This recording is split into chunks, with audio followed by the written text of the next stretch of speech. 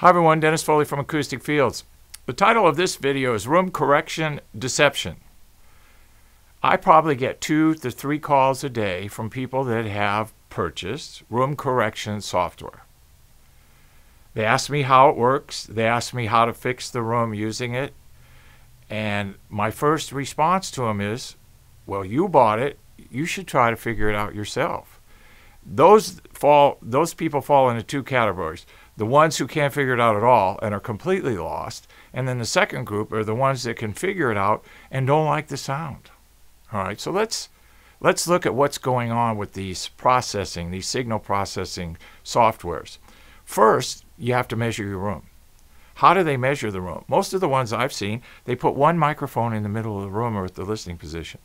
They produce a steady state signal, and then the computer records that and analyzes it. So it's analyzing in the time domain, time, energy, frequency, okay? But is it really doing what we want it to do, okay? Is it really helping the situation? Now, once the computer gets the measurements and looks at the response curve, it sees, oh, I got too much energy below 100 cycles, so I'm going to lower the amplitude. I'm going to lower the amount of energy that we're going to send to the speaker. So the speaker produces less energy in the room. Okay, is that what the engineer wanted when he designed this, when he recorded this? Did he really want us messing with his mix and his signal? Why do we have to make the music fit our room? Why don't we make our room fit the music? Okay, and we can do that. So we have to be very, very careful with these things. And another thing is, it's just another box in the signal chain. Now, I know the noise levels are low and you know, the thresholds are high and all of that, but it's another device in the signal chain. So the more devices we have, the more confusion we get. So we have to be very, very careful. Music is a real-time phenomenon. It's always changing. The dynamics are changing. The attack and decay rates are constantly changing. So when we measure, and we're not measuring over long enough periods of time, you know, the software really works by restricting. We want to be really careful about this. So another thing we have to realize is that the algorithms used in these processors are based on designers' perceptions. Now, you can kick the processor out, add it in, and stuff like that, but you got to remember these were designed by human beings who have their own perception of what sounds good.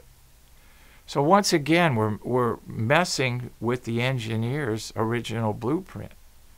So let's stay true to source. Let's let the engineer tell us what he wanted in the mix. He was recording the artist. They collaborated. Let's don't mess with their art, so to speak. Let's get our ducks in line and our room in order so that we can hear everything, and we can do that. You know, we just have to analyze and treat. We don't have to limit with that kind of signal processing that these room correction softwares offer. Here's another thing you got to realize. You can process the signal to death, but it still has to come through the speakers and strike all the boundary surfaces in the room. So what are we really doing here? We're adding and subtracting energy to compensate for bad room size and volume. Okay, I understand that principle. It's a good principle if the processor is fast enough, especially below 100 cycles.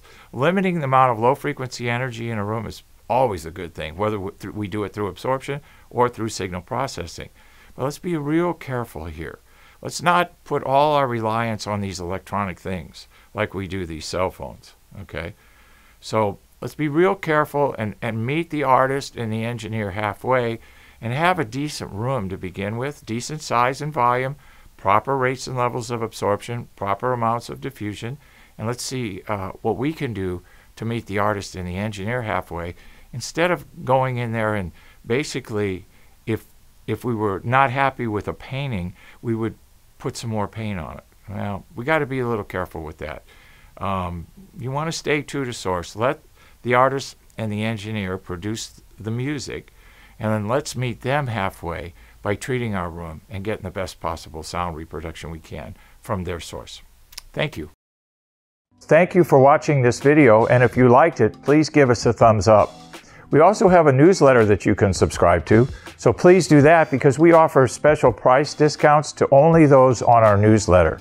And then don't forget about our forum. We have started a forum on our own website where people ask questions, and I usually get a chance every couple of days to look at it.